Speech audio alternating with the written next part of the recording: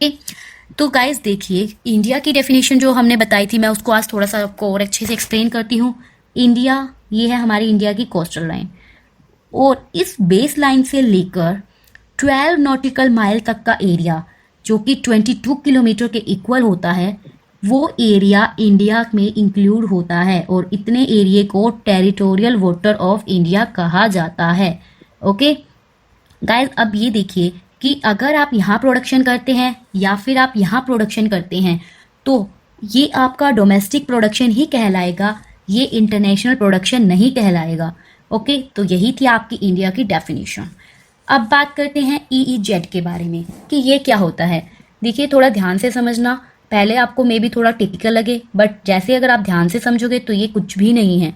देखिए, इंडिया की base line से लेकर 370 किलोमीटर तक का एरिया, जो कि किसके इक्वल होता है, 200 नॉटिकल माइल के इक्वल होता है, उसे EEZ का नाम दिया गया, मतलब एक्सक्लूसिव इकोनॉमिक जोन।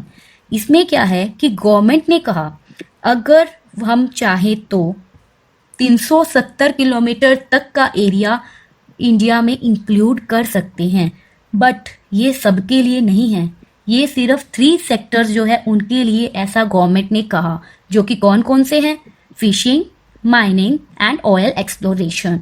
ओके, समझ आया आपको कि इंडिया की बेस लाइन से लेकर 200 नॉटिकल माइल तक का एरिया जो है वो EEZ के अंदर इंक्लूड किया गया। यही हम इसमें पढ़ेंगे।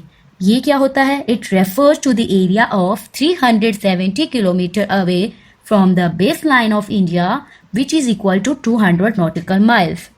यही बात मैंने आपको अभी बताई। और ये EEZ होता क्या है, एक्सक्लूसिव इकोनॉमिक जोन, एक सी जोन होता है, राइट। ये क्या है, ये सी का एरिया ही तो है, ये सारा ये सी जोन है, जो कि प्रेस्क्राइब किया गया है 1982 के अंदर, इसको प्रेस्क्राइब किया गया। ये जरूर याद रखना कि इसको 1982 में प्रेस्क्राइब किया, किसके द्वारा, United Nation convention on the law of the sea. Okay, तो प्लीज इस चीज को याद रखना, कई बार एग्जाम में डायरेक्ट भी पूछ लिया जाता है।